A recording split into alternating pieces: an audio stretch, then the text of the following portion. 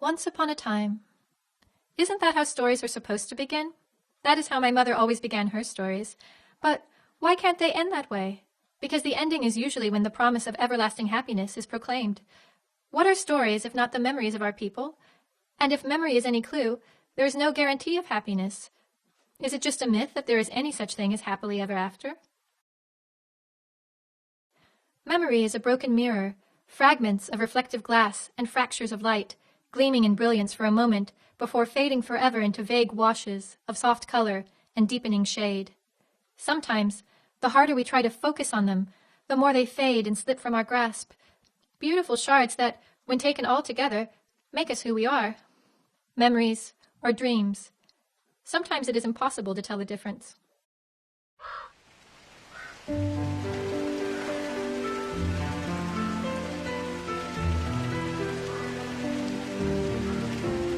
Last night in my dreams, a mysterious wizard came to me. He spoke in a foreign voice, a series of strange sounds that formed a single word. In that word was a message that I understood. He said that I had been chosen, and at the same time, cursed. Lula, he said, because of your gifts of both endurance and vision, you have been chosen to retrieve the sacred relic of your people, the Genie.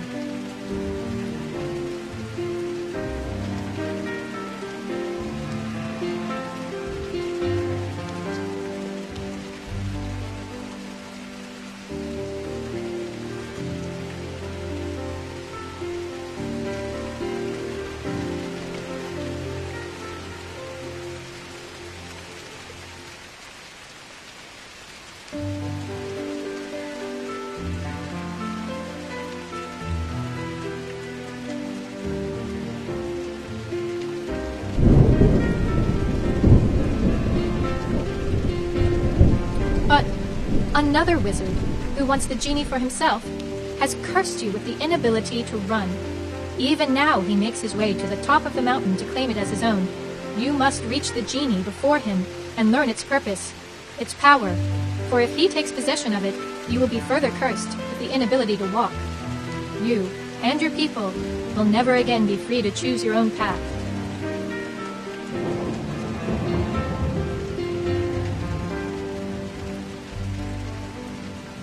So make haste, child. Do not tarry. Though the path is long, it is the shortest. Though the path is not easy, it is simple. Though you walk alone, fear not. I will be with you. But you will soon have an important choice that only you can make, and that choice will make all the difference. Thus, I woke to a morning of light drizzle, and, under the soft light of early dawn, began to walk towards the mountain of fire.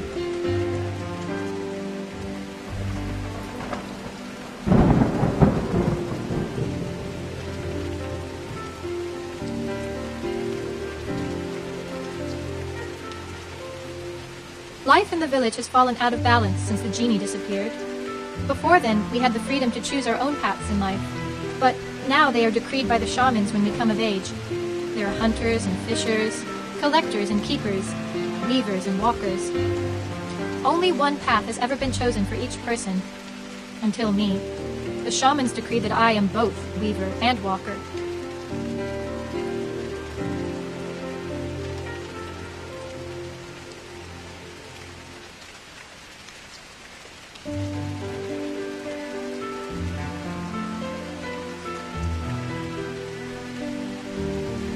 Weavers do not just weave fish baskets and blankets, they are also weavers of words, poets and storytellers. They keep the history of our people and weave their words into the warp and woof of every textile. Walkers are the wanderers and wanderers, the dreamers and askers of questions.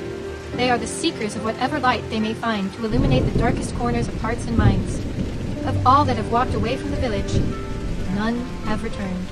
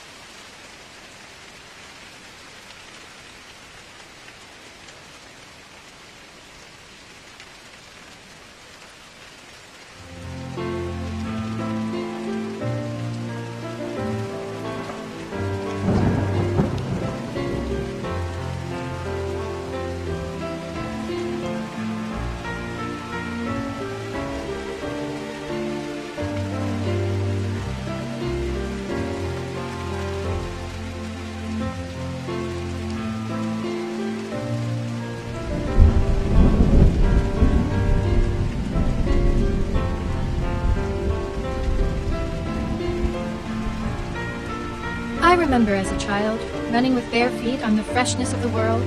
I thought that none could ever lay bounds before me. I ran with joy among the head-high grasses and spent long days gathering up the foxtails and bluebells. I wove them with song into idols of innocence. Then I learned that we lay our own bounds by the choices we make. We invent our limits, give them names, and revere them with fear and awe.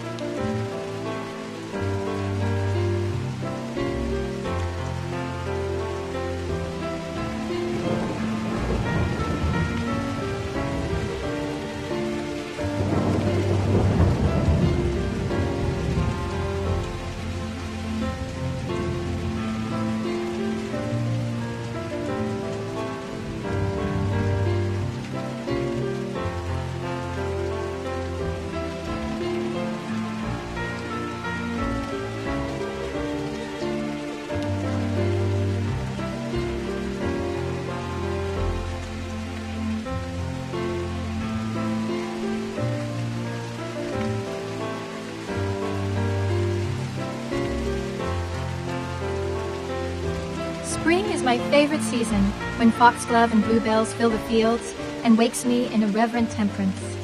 I walk with awe in what seems to me the first garden of innocence, but we know that story always ends in exile. Still, spring holds me in her pallid modesty. Her sanguine nights sing me alive with hopeful expectation. Spring is a dormant beauty that wakes herself with thunders, reticent and wanting.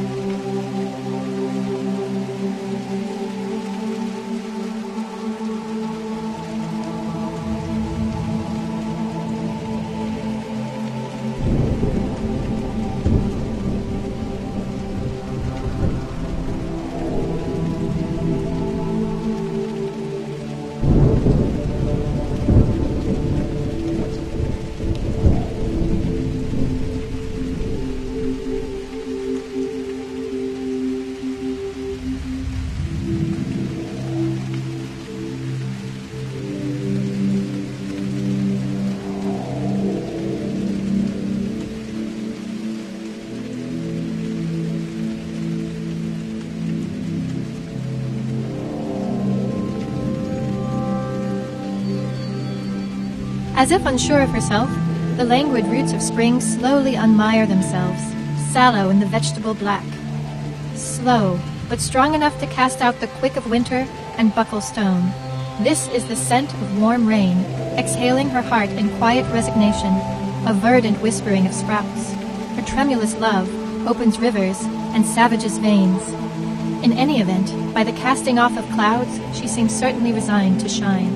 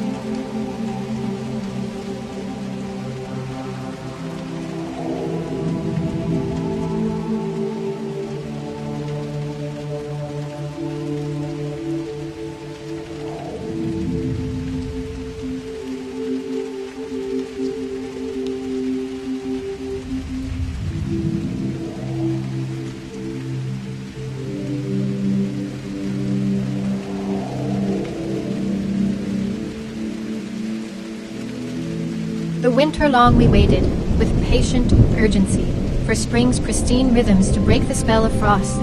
Her feast of lights and flowering fires announce a promise fulfilled. She holds me in her lightness, delivers me from heavy knowledge, and sings me sweetly to love. I surrender, unwanting, in the gentle accord of propagation. Her strength is in her long sleep, when awakens the animal soil, harnessing the sun itself.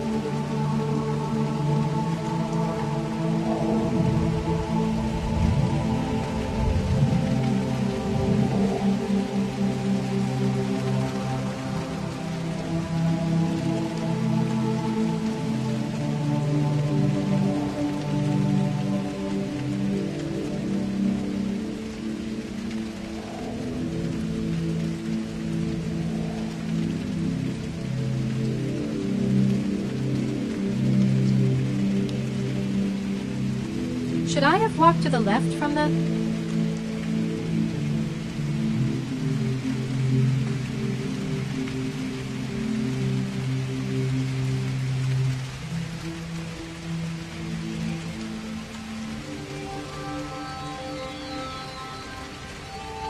Spring wakes and gathers herself about me in tangles of light. When it rains, reigns she in me, generating new life among the stones and monuments. When she sleeps, dreams she in me, casting out the shade and rot. When she sings, sings she in me, when her voice and everything after colors me so beautiful. When she rises, rises she in me, holding me in her waking and opening to me the virgin sky.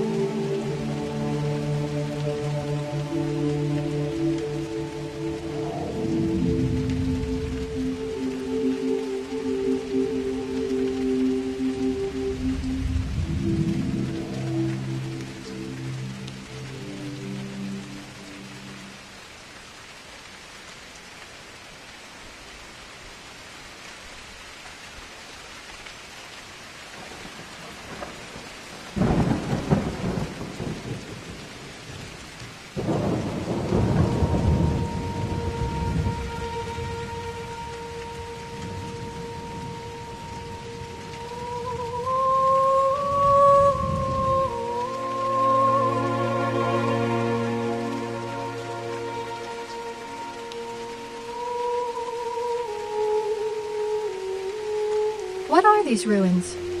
Who built them and when? In the absence of information, the mind imagines what it will. Perhaps it is a monument built to commemorate something lost, or the beginnings of a city, aborted in cataclysm. Perhaps it is a shrine, built by acolytes of a long-forgotten principle, now gone from the world. Though I have never been here before, it feels familiar to me, perhaps in a dream.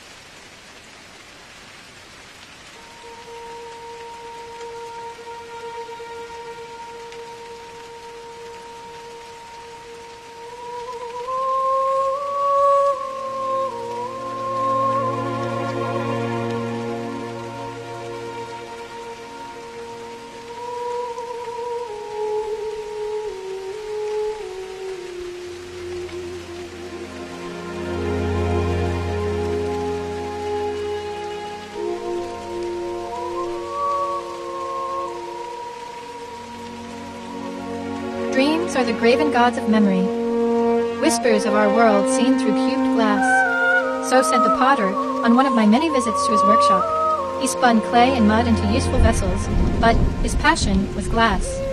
His shop was filled with glass vessels and ornaments of every color. Flooded with light, his shop itself became a dancing chromatic prism. Every vessel was filled with a colored liquid, and I wondered at each one in turn.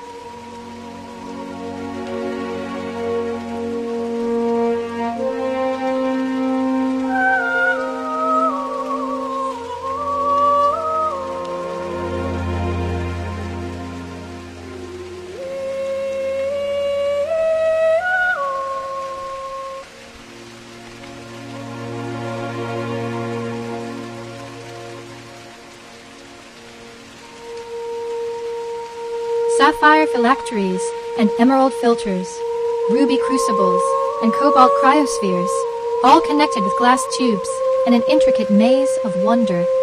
I pestered him as he worked. What is this? What's in this one? What is that? His answers were always cryptic, only half attentive. With thick glass lenses affixed to his eyes, he rarely looked up from his work.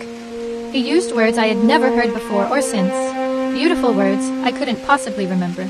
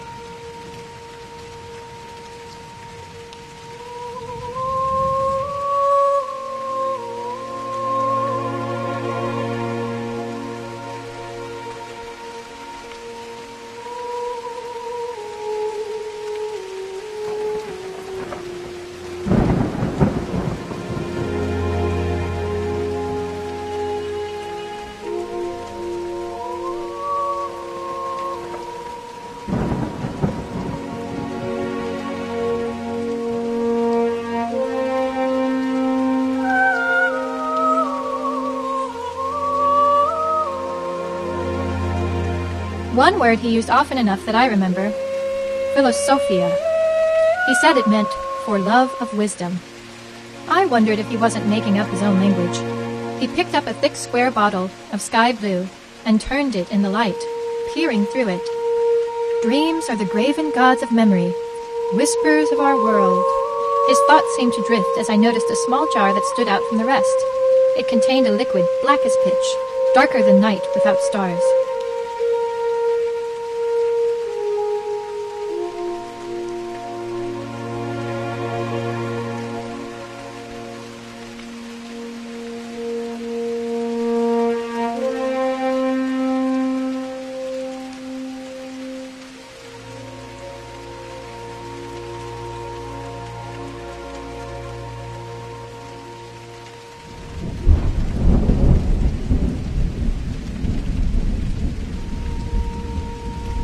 What is this one? I asked, trying my best to see through the black opaque.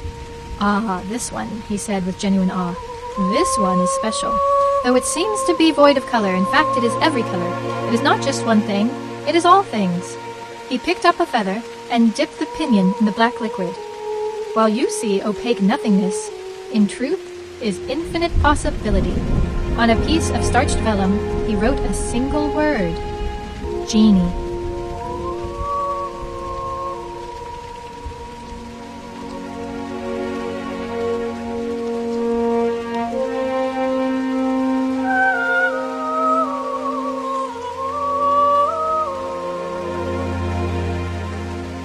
You see, he showed me the word. The stone is not a stone. He looked at me as if I should understand, but I clearly did not. He continued writing and said dismissively, Go home, child. Go to sleep and dream. Ponder the genie. Perhaps then you will have learned something. I left, but did not return home. As the sun set, I lay in the tall grass and looked as far as I could into the darkening sky, whispering the word he had written. I slept and dreamed.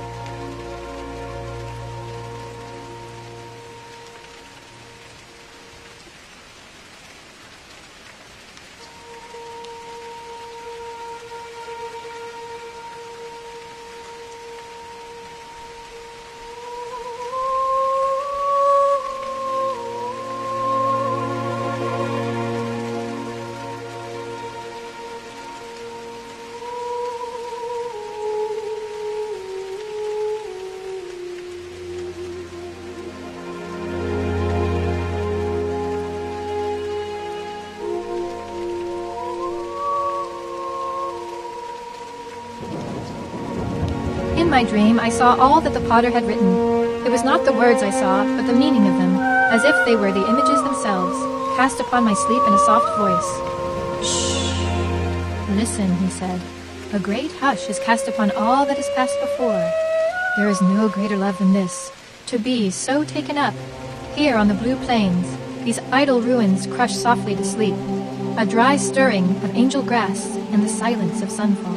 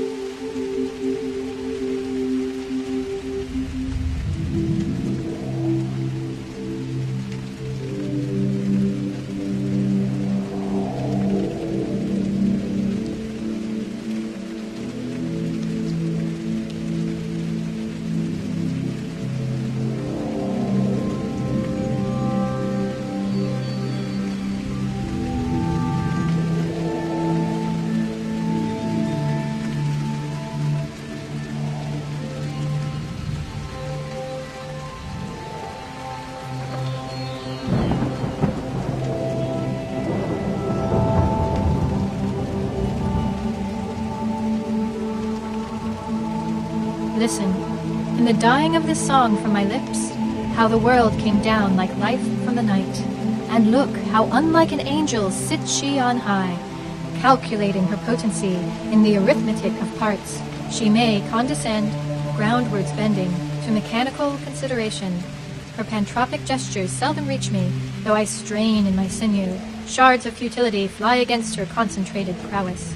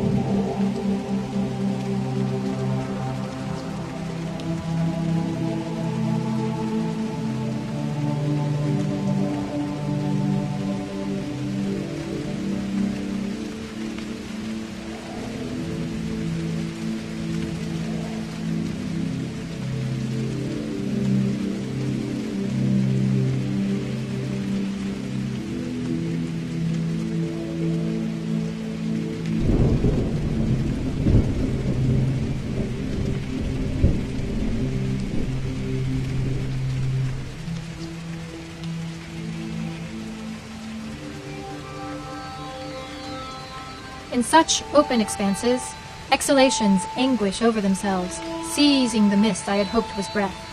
A forever unfolding deeper than skin, astonished in a swarming hive of stars and constellated light. How she wept for her own sovereignty, the sky stricken in the rictus of her dimensions. Her small presence bending, etching glyphs with a willow stick in the sands of my ruin.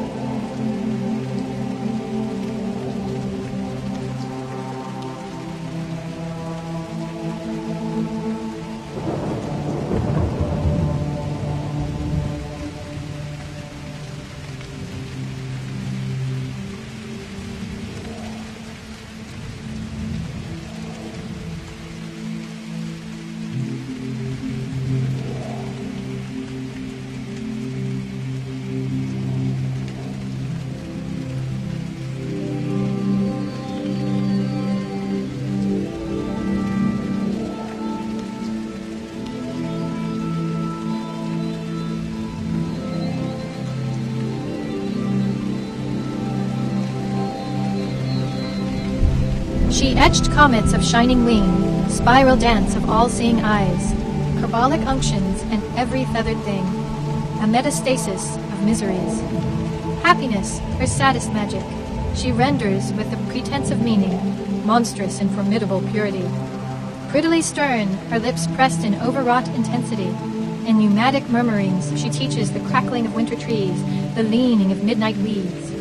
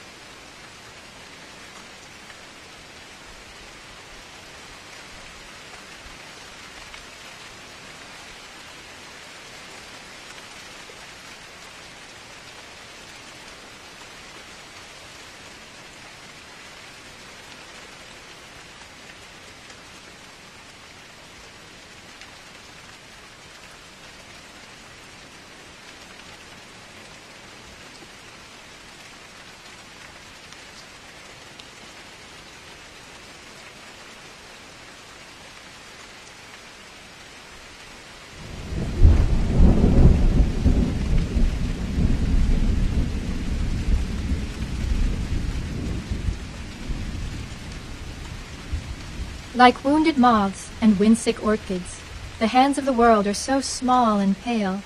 She laments, how sweetly in me once she sang, and how now so high and away. How sound the mountain, still unmoved by me, and I, less than heroic, I strain with self-laid chains across my brow, cast quite down and apart. Gone, ungolden, this paramount overkill of permanent unlasting.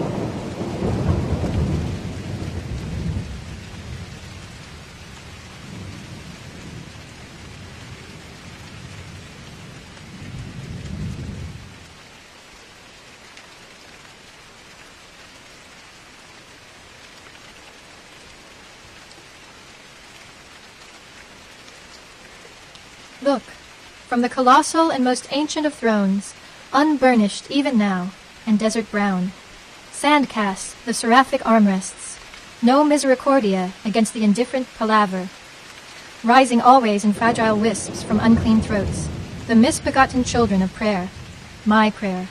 Rise and bend again, she swears. I would eat the shadows of the world if I thought there was light through the trees and such a thing as hope.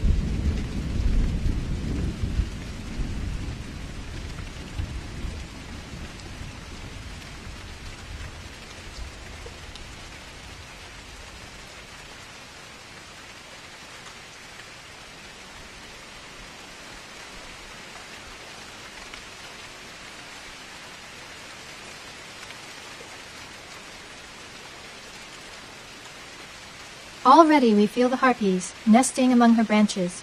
Her beauty among us, her presence, suspends the flow of time, defeats the lower laws of nature. Freed from such loosely bound sense, unblinded by unknowing, the infinite horizon expands even as it recedes. Her eyes, only dimly lit now, dull and brown, widen as if to better fit knowledge. The morning sighs in infinite resignation of her falling.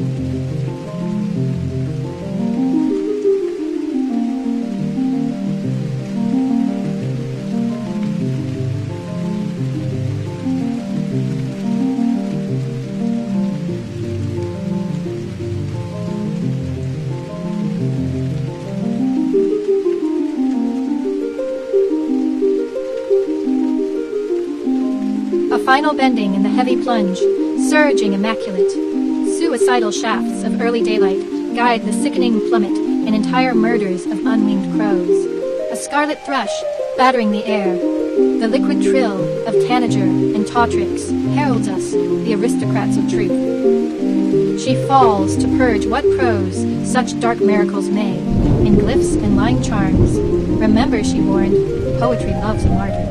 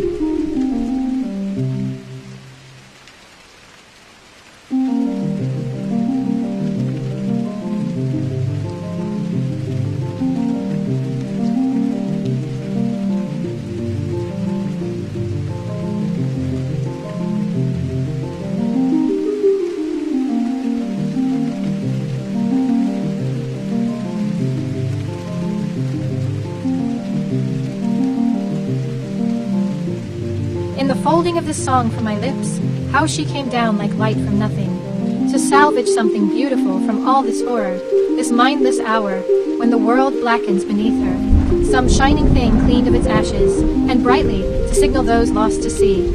In such a land we take no notice of broken statuary. Being such as we are, we'll grind the stone, rubble worked to meal and mortar, foundations of torso, arms of empire.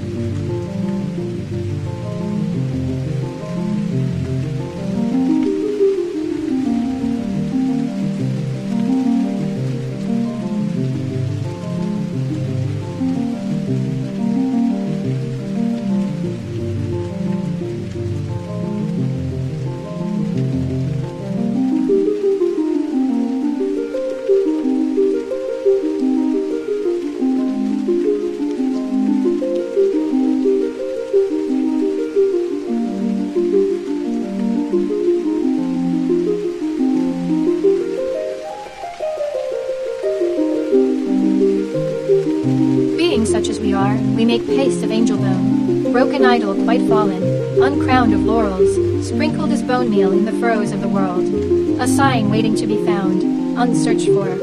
Her presence purifies dialect, giving birth, even in death, to black sons of revelation. She bestows an ephemeral royalty to our chaos, grants us impatient endurance. Ransacked and ravished, she brandishes over pale winter the flowering scepter of her disdains.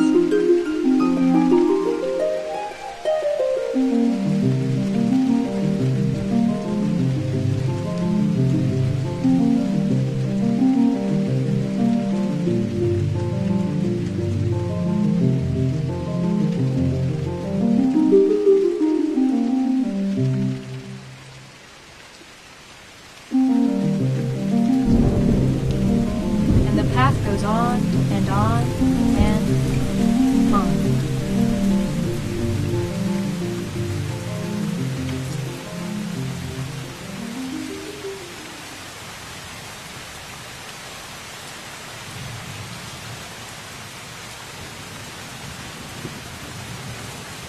We adored her star and its blue-green burning, kindled her heart in ancient caves, and mantled the world in her first love. Forgive us our birth. Our lips have not yet drunk the utterance of your several storms. In the lifting of this dream from my slumber, how the dawn came down like water from nothing. There is no greater love than this. She sleeps, quiet as death and more lovely, wrecked but shouldering thunders.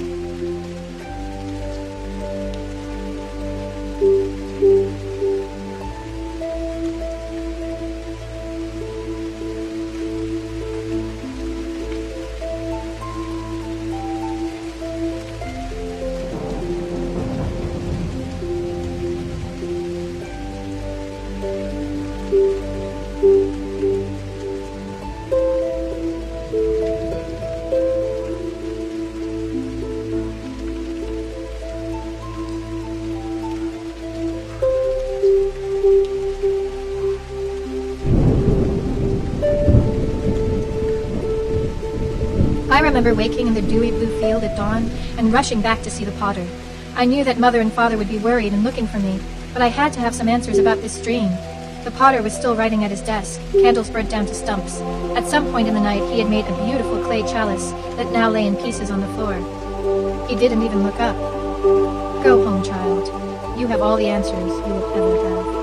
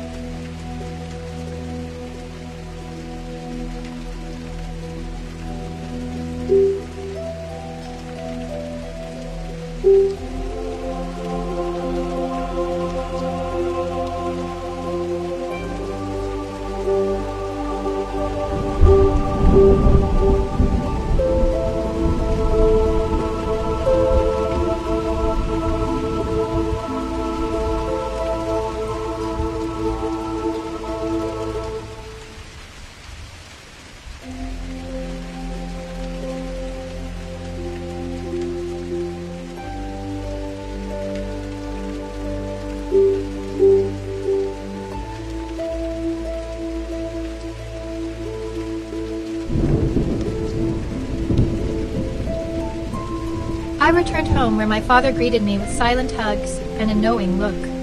He is a weaver, not only of fibers, but of words.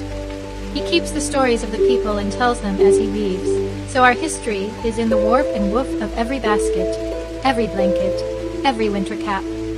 I remember sitting with him among the standing stones in the reaping season when the grasses had grown as tall as me. His voice was in tune with the dry seed pods scraping along rock as they swayed in the breeze. He pinched off the stalks of 3 and began to braid them together as he spoke.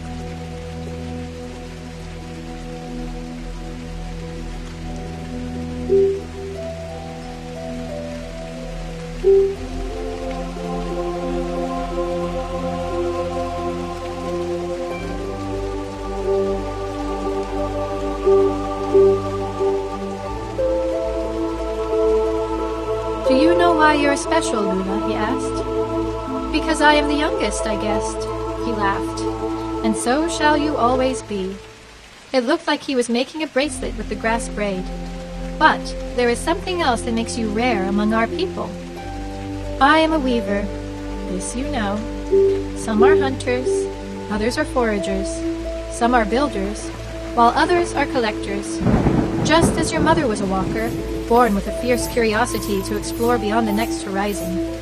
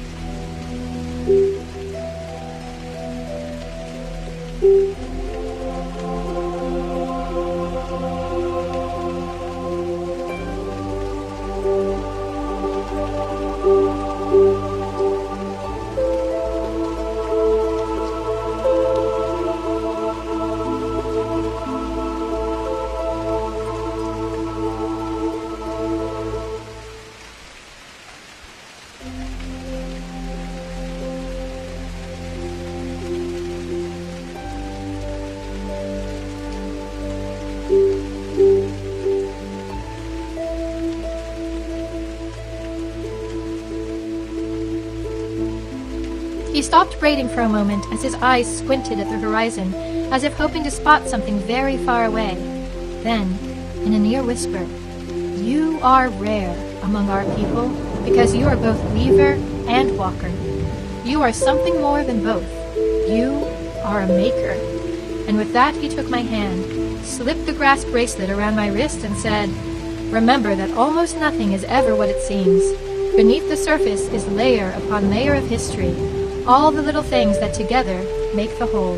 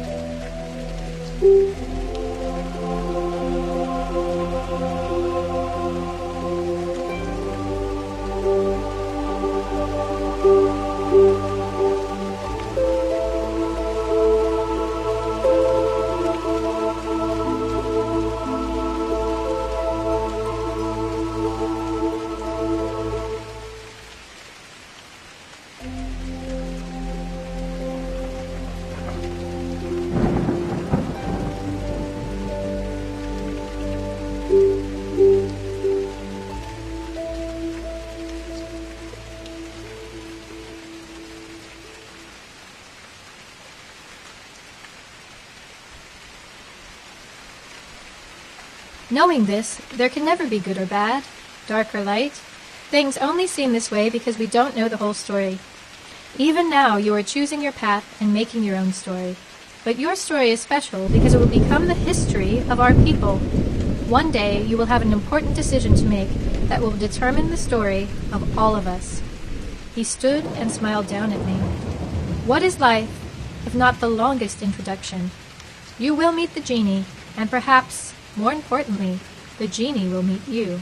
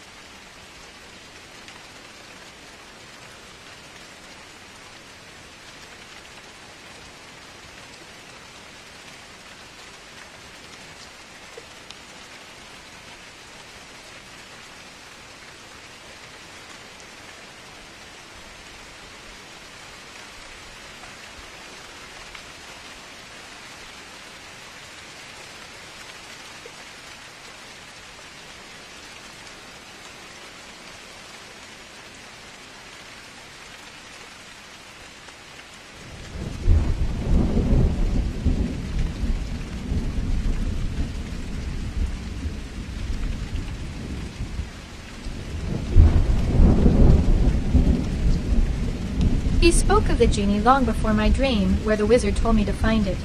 How could my father have known? Perhaps that is where my mother went, away to find the genie. She never wanted to be a walker, and thought she should have been a weaver. She seemed sad all. One day, she simply walked away. Perhaps she came this way. If she found the genie, what did she find?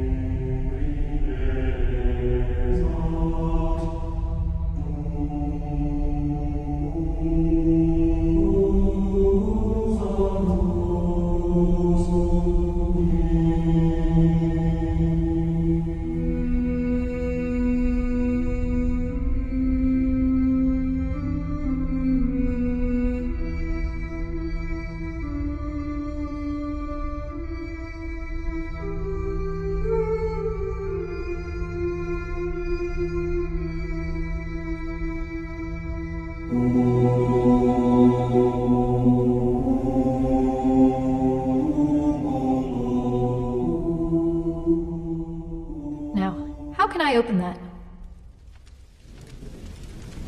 Ta-da!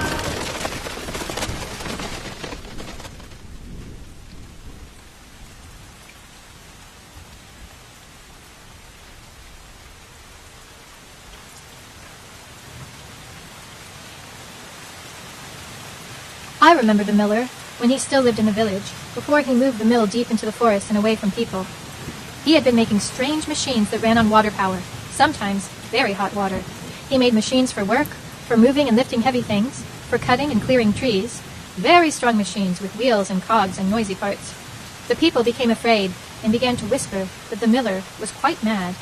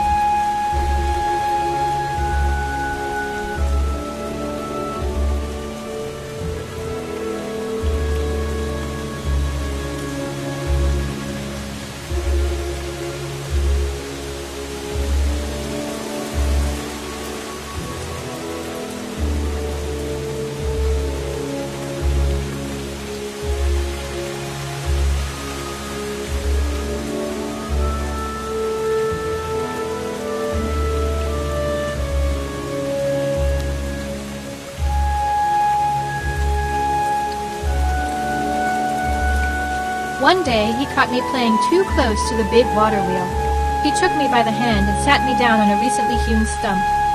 Sitting across from me, he said, "I know you, Lula," in a soft, soothing voice, sounding not at all mad. "You are the Weaver's child. I see you running and exploring like no other. You have an inquisitive mind, and that's good. We are not so very different, you and I."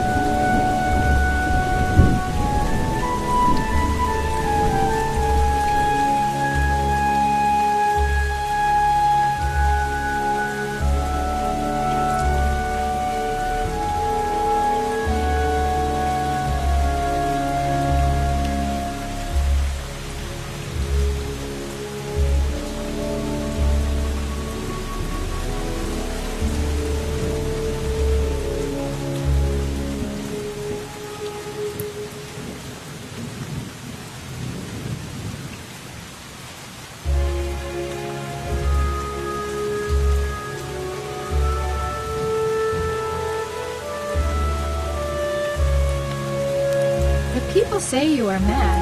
They are afraid of your machines," I said. His brow furrowed as he looked towards the village center where people were going about their daily business. In hushed tones he said, "Do you know what the people are really afraid of, truly deep down? They are afraid of learning their true nature. They fear the truth about what they are." He looked back to me as a nearby machine stopped working and looked towards us. It seemed to be listening.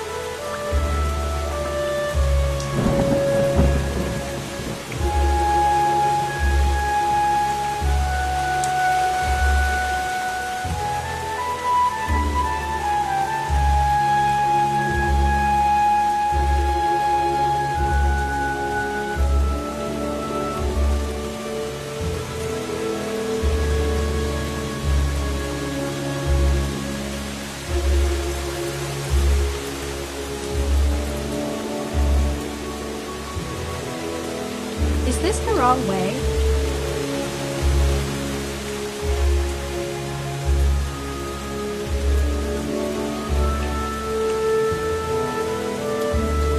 You see, Lula, the miller continued, they are afraid that the machines may one day develop their own intelligence and begin to make their own decisions, that they will, in a way, be just as alive as them.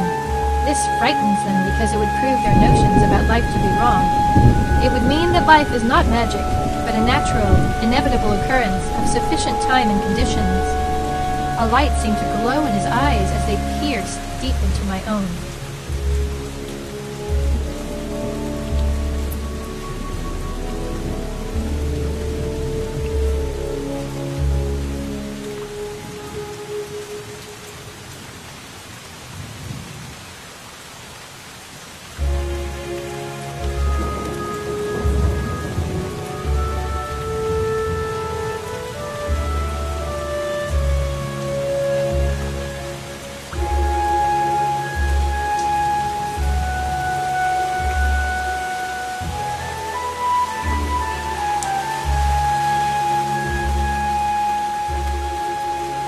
What they are really afraid of is that the reflection they see in the mirror is also just a machine, a wonderful biological mechanism, but a machine nonetheless. They think themselves free, but in their willful ignorance, they are as free as guinea pigs in the maze. Their life is out of balance. He let out a long sigh and said, "Now, be on your way, Lula. The machines grow restless without work to do." He stood and began to walk away, then paused and looked back at me. "Stay curious, Lula, child of the Weaver. Never stop exploring. Never give up hope. Find the Genie, and most importantly, question everything."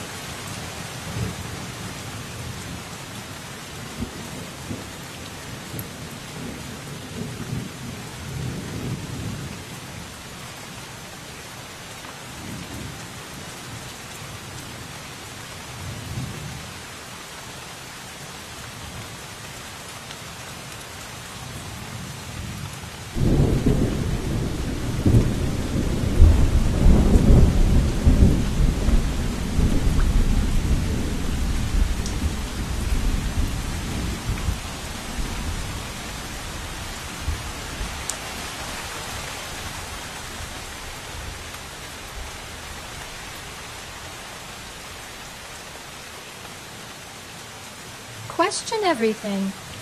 His admonition echoes in my sleep and weaves its way into my dreams. Dreams that the shamans say are proof of the gods. Could they be wrong? Will the machines learn to dream? If they become free to make their own choices, to choose their own path, will they be good choices? Will they be kind? It all sounds so absurd. Surely there is not enough time in all the world for them to develop intelligence.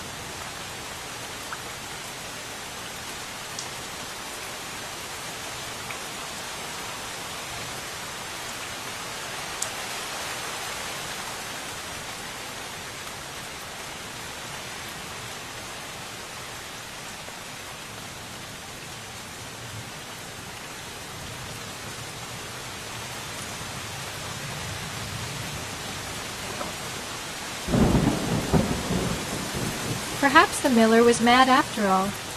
The stories of the shamans seem much simpler and easier to understand. Is it wrong to question what you are taught? Will it make me also mad if I question everything? If I doubt the stories told by the shamans, surely they will think me mad. And worse, they may think I am wicked. But I know in my heart that I am not. So perhaps it would be best not to question the shamans. They are the wisest of our people and surely can't be wrong.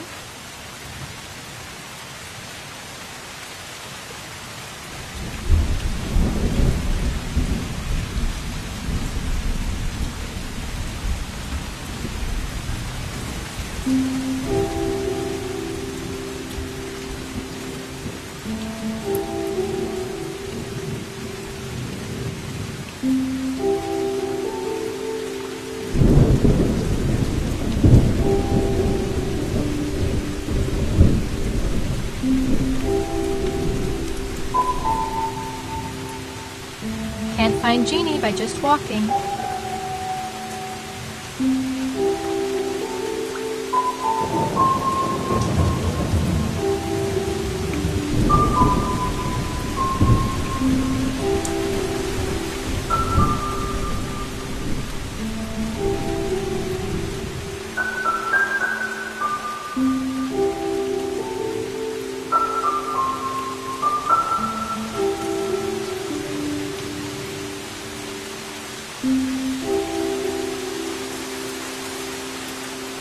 I dreamed of a time when the machines had grown their own intelligence and built their own village, a shiny little town of dwarves. They busied themselves with building and making a place of their own in the world.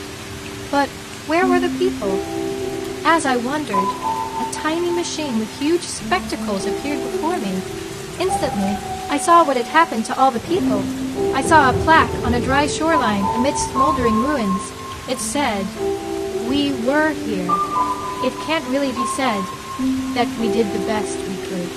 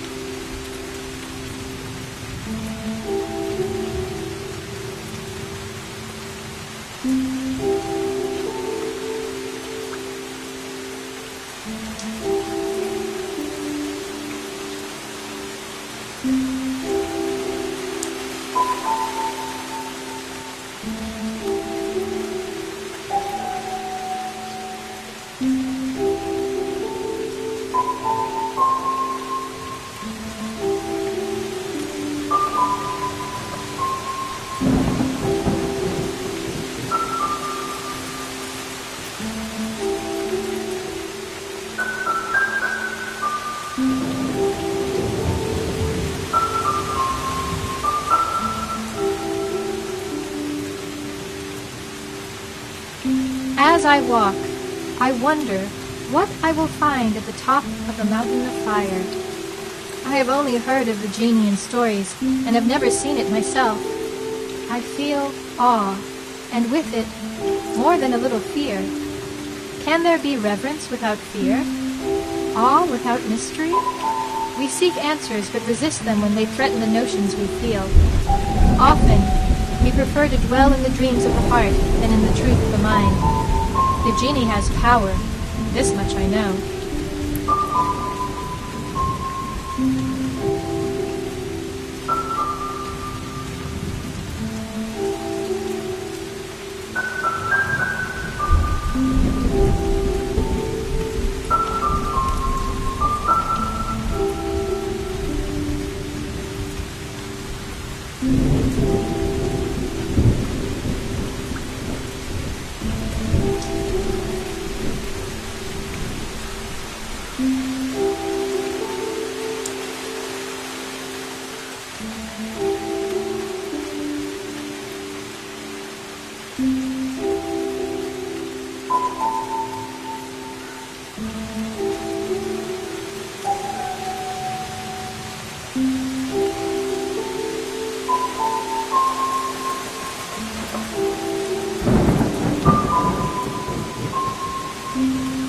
Life, out of balance.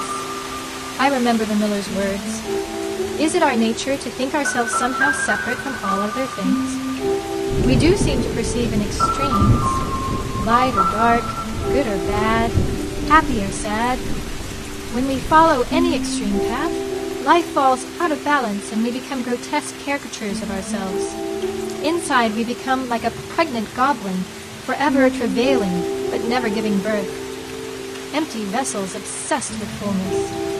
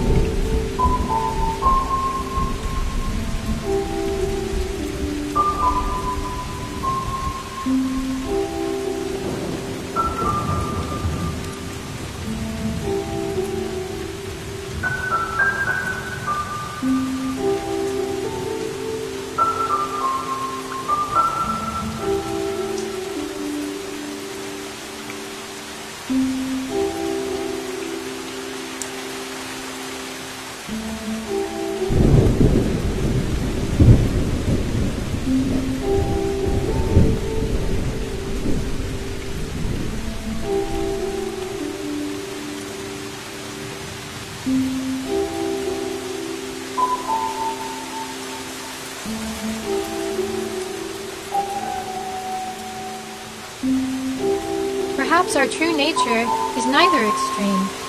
Path and a life in balance is the middle path. But where is this middle path? I have not seen or heard it. Though I cry out, "Hello!" in the unpopulated wilds, I seem to be alone. I want to give an opportunity to someone who has followed me secretly, a chance to walk with me, but it seems unlikely as chickens that swim for anyone to change the path they have chosen.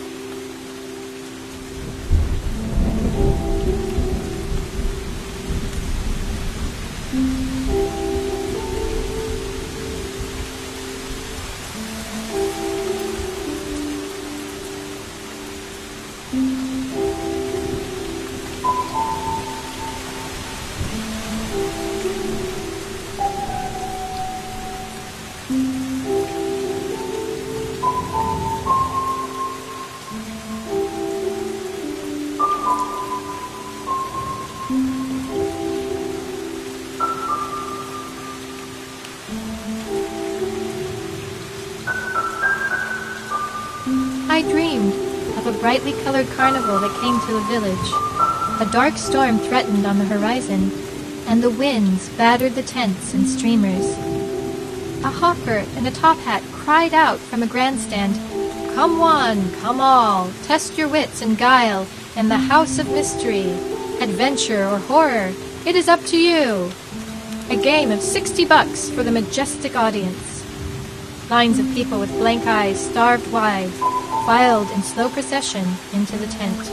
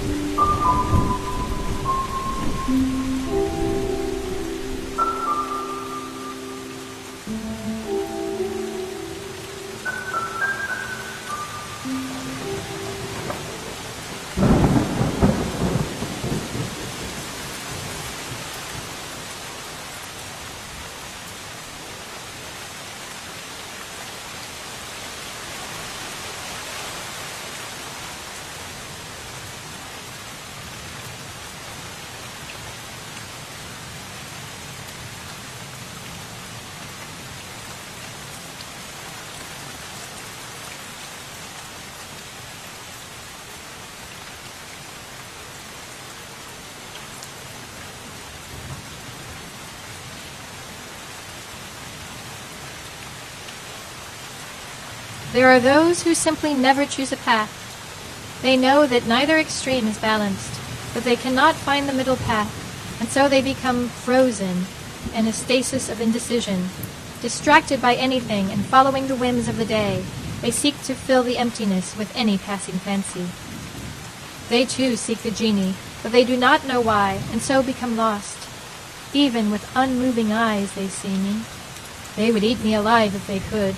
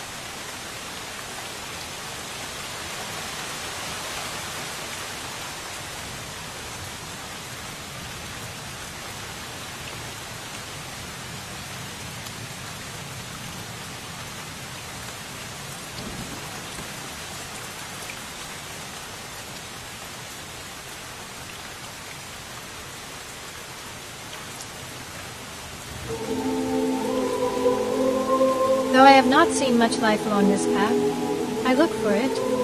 I thought I saw a stag out the corner of my eye, fleet-footed into the forest. Or perhaps it was just a memory rising to the surface. I remember walking idly through the forest one day, simply enjoying the green scent of the air and the singing of the birds, when my idyll was disrupted by a crashing through the trees.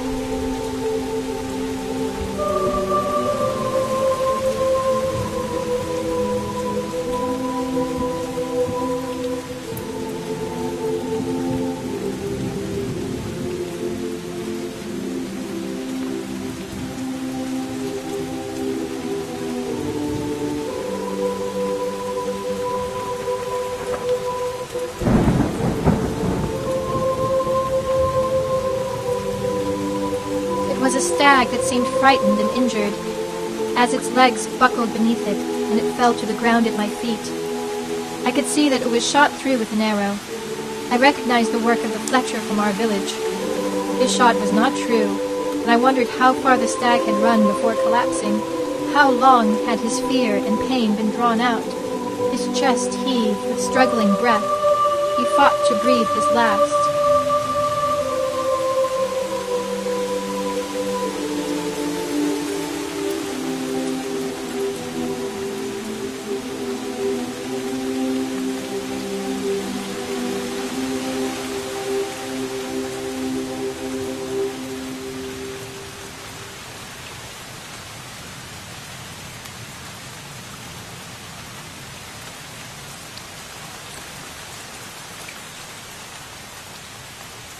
I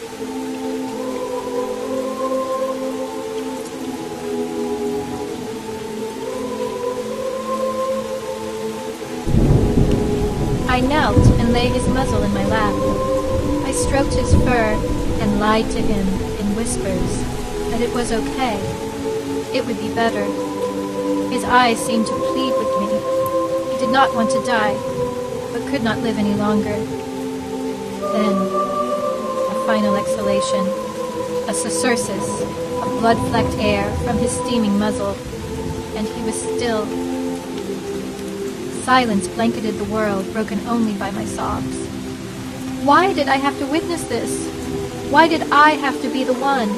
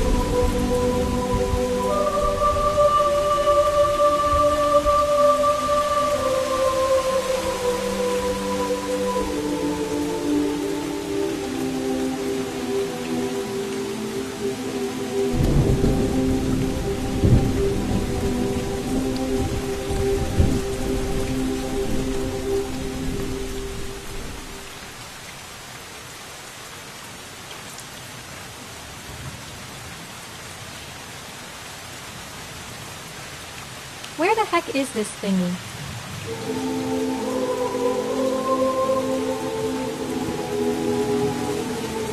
I have held the dying in my arms and whispered them to better worlds.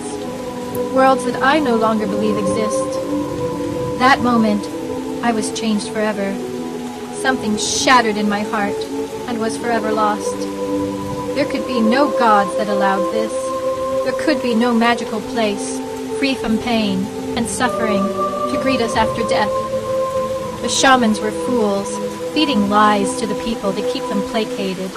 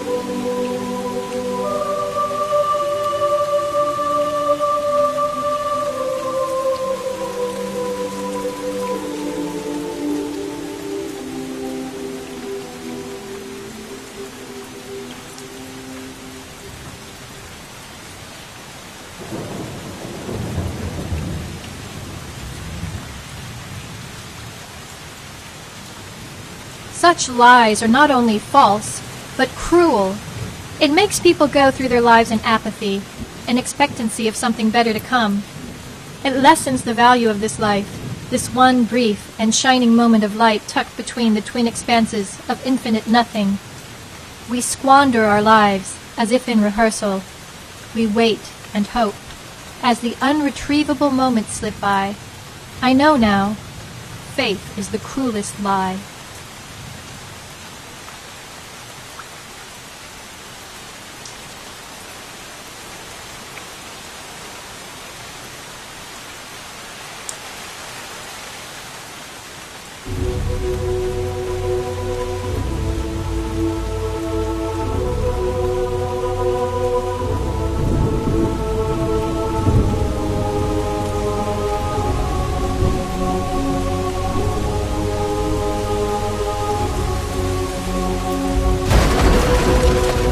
Sky itself fall, and the world be broken.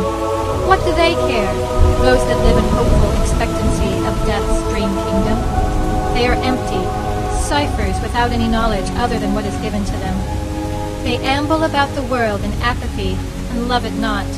The truth is, the only thing that they love is themselves. They believe what they want to believe, for fear of death, for fear of the knowledge that life ends.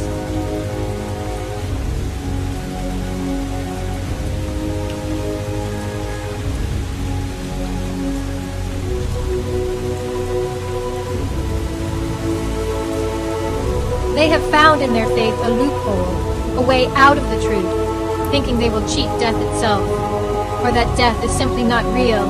It is only a transition, a relocation of some imaginary life-bearing magic that animates them. In blissful ignorance, they willfully blind themselves to the truth. Even as the world tears itself apart, they would rejoice and smile in glee. There is much in it that angers me.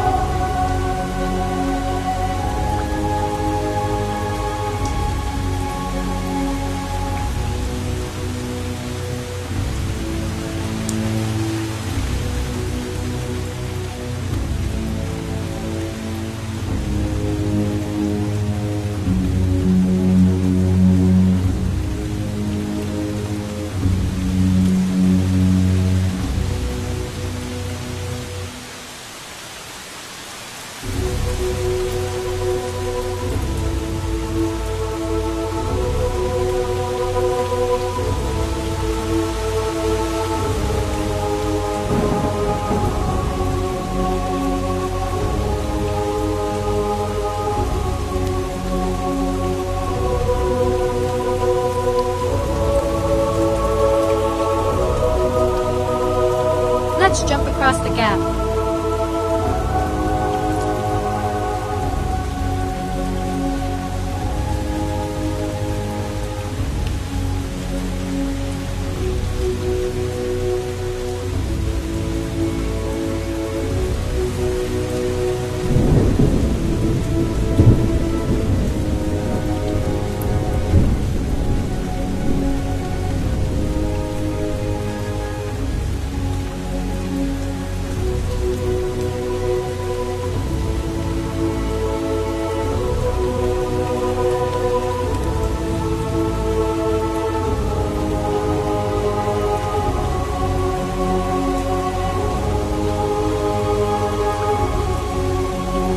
Having once believed, they can never again learn otherwise.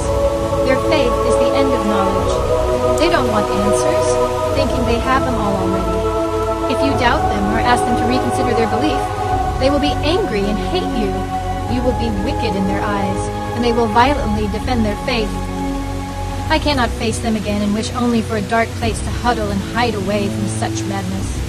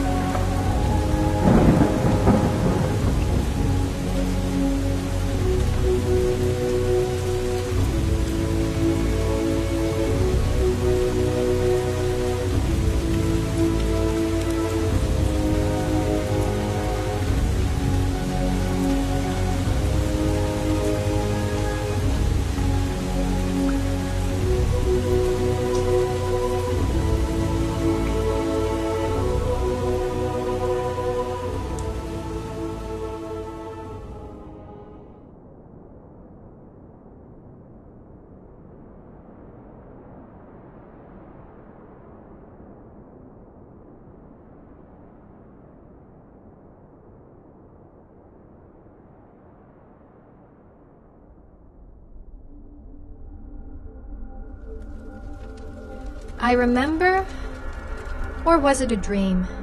I remember when the first plumes of fire smoke rose in vitriolic deltas, like inky rivers of decay and flowing straight up to the last oceans of clean blue. I remember padding quietly, haunches covered in pelts, when all the world stretched forth to my desire. I remember rising from caves where we had huddled for warmth, and I wondered, who shall lay bounds before me this bright morning?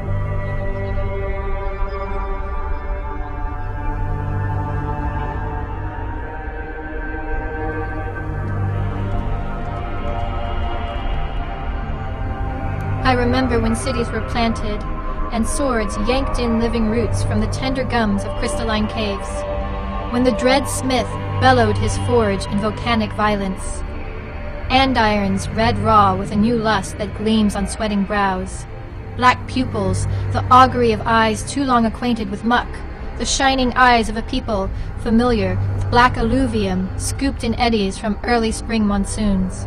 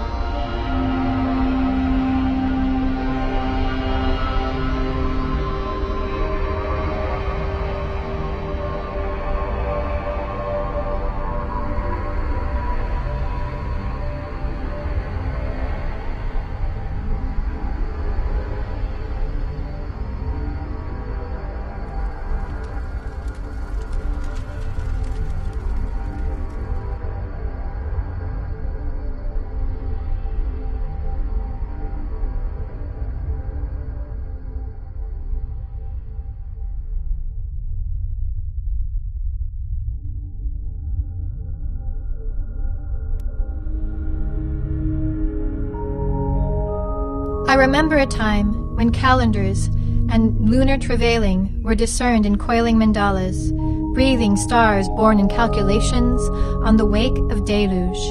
When you gazed overlong on the bones, dipped glad hands in steaming viscera of bulls, eager at the searing ides of day.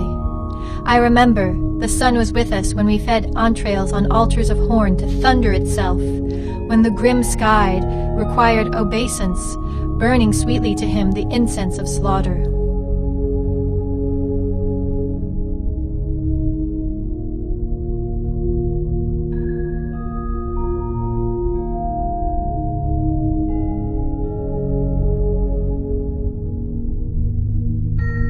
I remember the supplications of trusted mares on cut stone, slabbed in blood grooves, metallic the scent of stallions sweating, fierce the mad flaring, the pounding of pent grass to powder. Being such as we are, we took no notice of our falling. Being afraid, we ground angel bone to paste, meal and mortar for the new dispensation. I remember the wind requires etiquette, specific manners, and, do not doubt it, hygiene.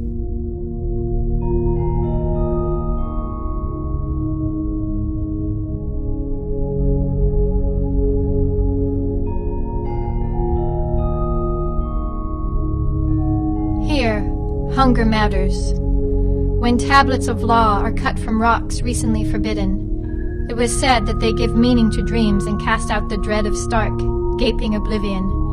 I remember when springs emerged in the desert to unbind the new colt's eyes, when monks of every robe gather prone in the seedless crucible, tears burning on upturned faces, groaning in song, a resonating mantra of living prayer forms. Here, thirst matters.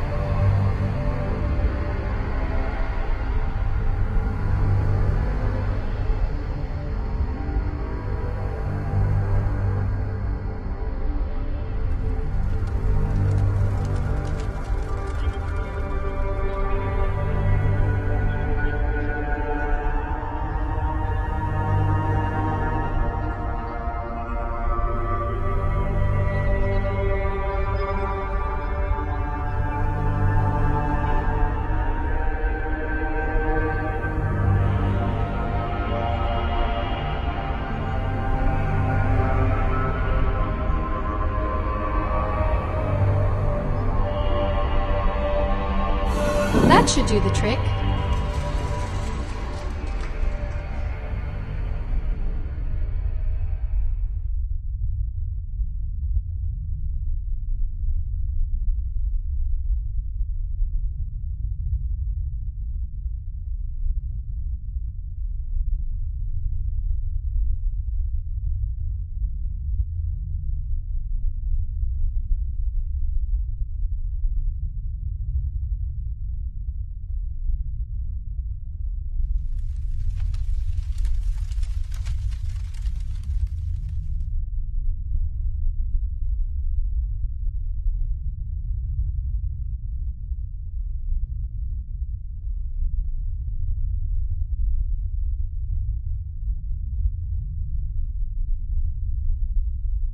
I remember when camels and flies infected the dust in septic streets, a gilded city split like cordwood to the four winds, grubby cisterns of bitumen sliced in dolorous roads and broken on empty bread, when mustard weeds wilted in the zenith, trampled under cloven hooves of shining military processionals, spectacles of bronze and terror, armored of locust, chitinous carapace of beetle, mantids praying and praying.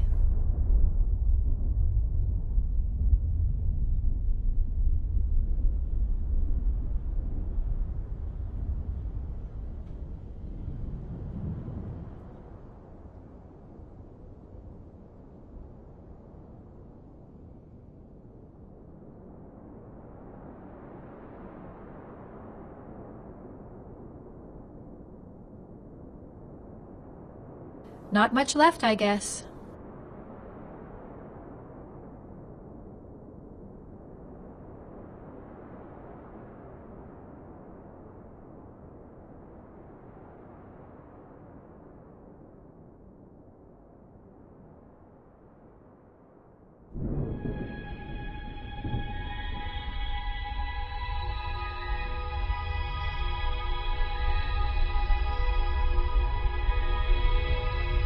this weary dirt.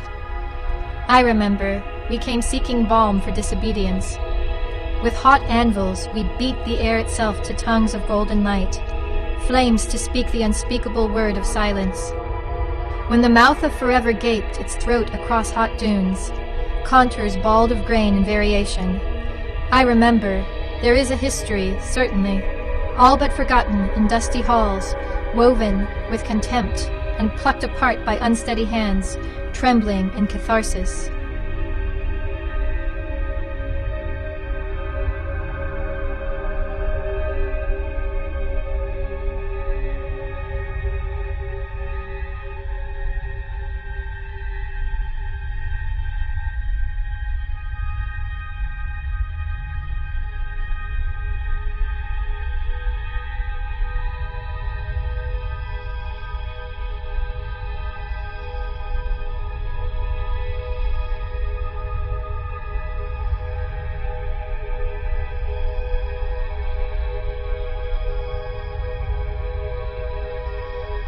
Ta-da!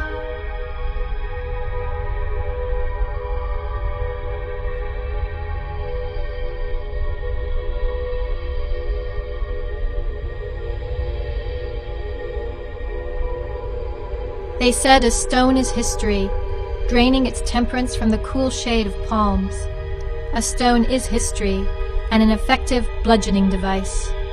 I remember when the old men whispered of outlanders, "Let them have their wandering, we have our roots of mud and blood." The old men grow dim in their eyes and weep to tell of great blue marches, swaying grasses, infantries of floral abundance.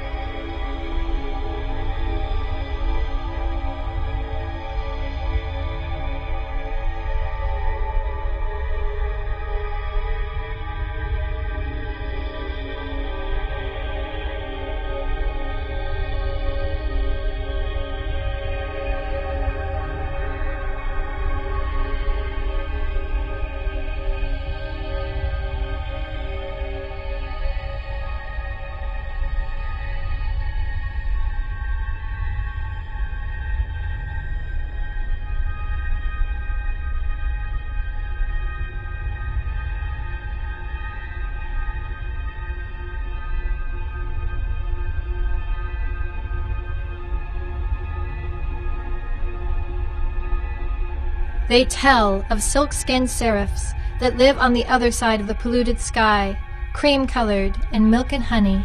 They gather in cavalcades, rank upon rank in the empire of after. They tell of a time with trees, great oaks that shaded deep forests.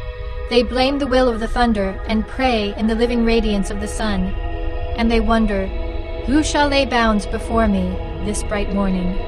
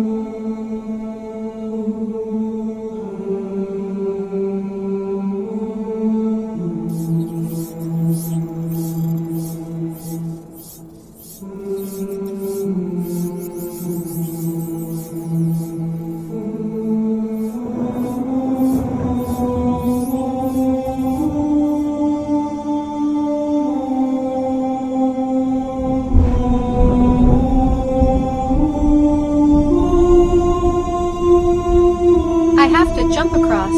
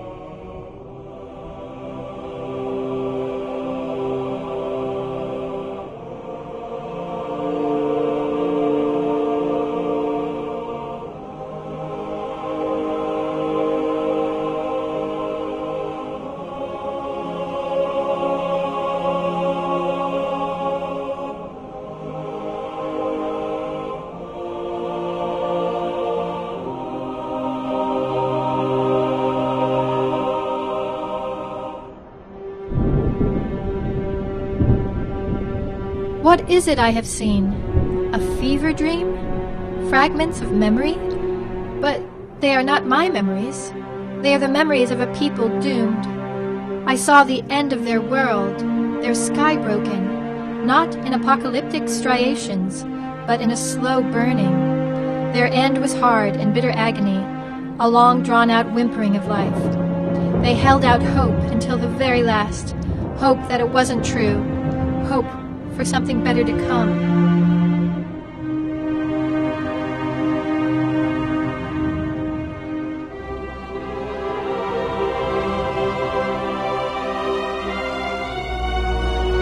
I saw fields of corpses, flags planted in the ground and burning.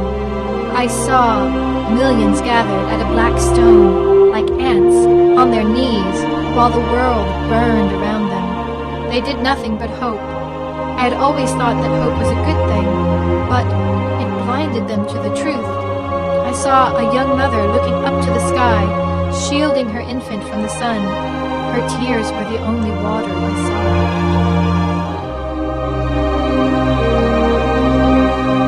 After the burning came winter, an eternal winter that locked the remaining life in its grip. All fell silent. A great hush was cast upon all that had passed before. Their world became a frozen tomb. There were none to witness the snows fall, none to catch the gleam of light prismed through a single snowflake, none to hum a sad tune for the fallen, none to ever witness beauty again, though beauty remained. The thought makes me weep.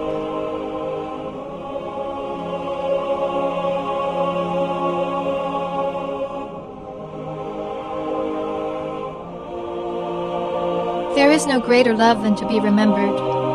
It is the least I can do. It is the closest we may come to immortality.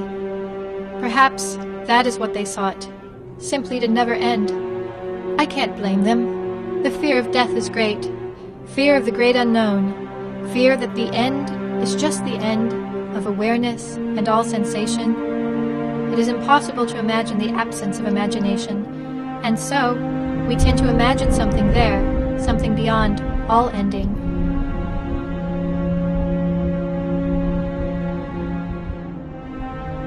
I have traveled far along this path and begin to despair that it will ever end. What is the genie? I started with joy in my heart and reverence for spring, but now the cold terror and numb beauty of winter grips me. Spring seems impossible and feeble in comparison.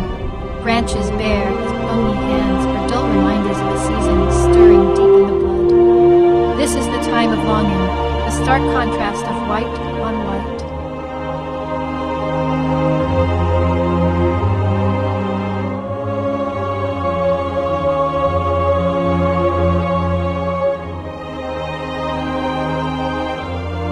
What is spring compared to this madness of perfect and complete nothing? The truth is, winter never leaves us. It lives on in the damp, stony soil of spring's crippled rising. She is asleep in the dark roots, tremulous fingers that grope for the mystery of unknown warmth. She can make no promises of her return, though she sings in my blood like rain. It is winter, and we are only waiting.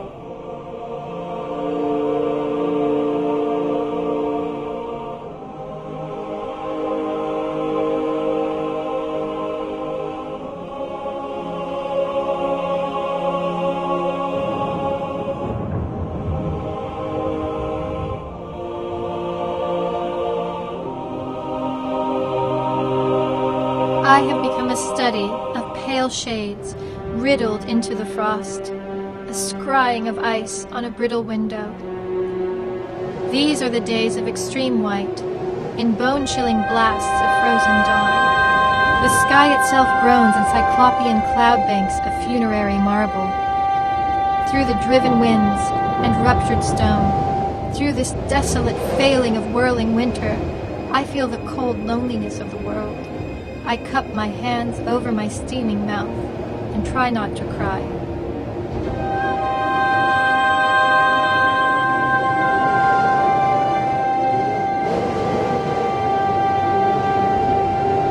I started this path with such hope in my heart, and now I feel only despair. What good is hope when life is full of heartache and loss? None may feel our joys or sorrows. We are truly alone in the world. What is the point of it all? It seems so senseless. I never asked to be alive, cast into life against my will, without a choice. It is a curse. My bare feet are bloodied and bruised from this journey. My only hope left is that it will soon end.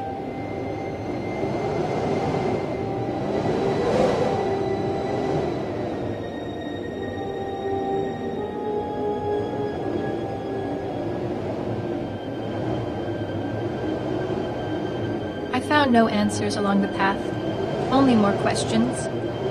What is the genie? What does it do? Who made it, and where is it from? I shall soon find out. Perhaps it will answer all my questions. I have considered that it may pose more questions than answers, and feel that somehow I already know the answers. And now I see.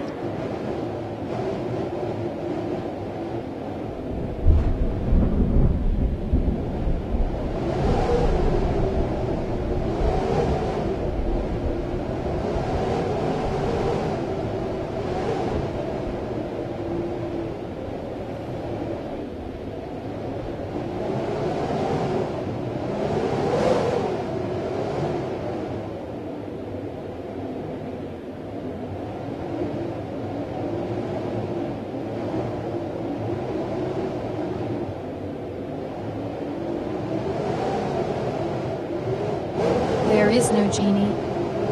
Instead, I see the wizard that spoke to me in my dreams. As I draw nearer, I can hear his voice again, that strange sound with unmoving lips that I can understand as words. Lula, he said, you have made it to the mountain of fire. Unfortunately, you have chosen to avoid your fears along the longest path. You have learned that there are no answers in this choice. In avoiding the darkness of your mind, you have succumbed to it. You, who started this journey with infinite potentiality, have since lost all hope. The path you have chosen is the longest path, and so the other wizard has preceded you here. He has taken the genie, and even now is at work to end this program. You will never walk again.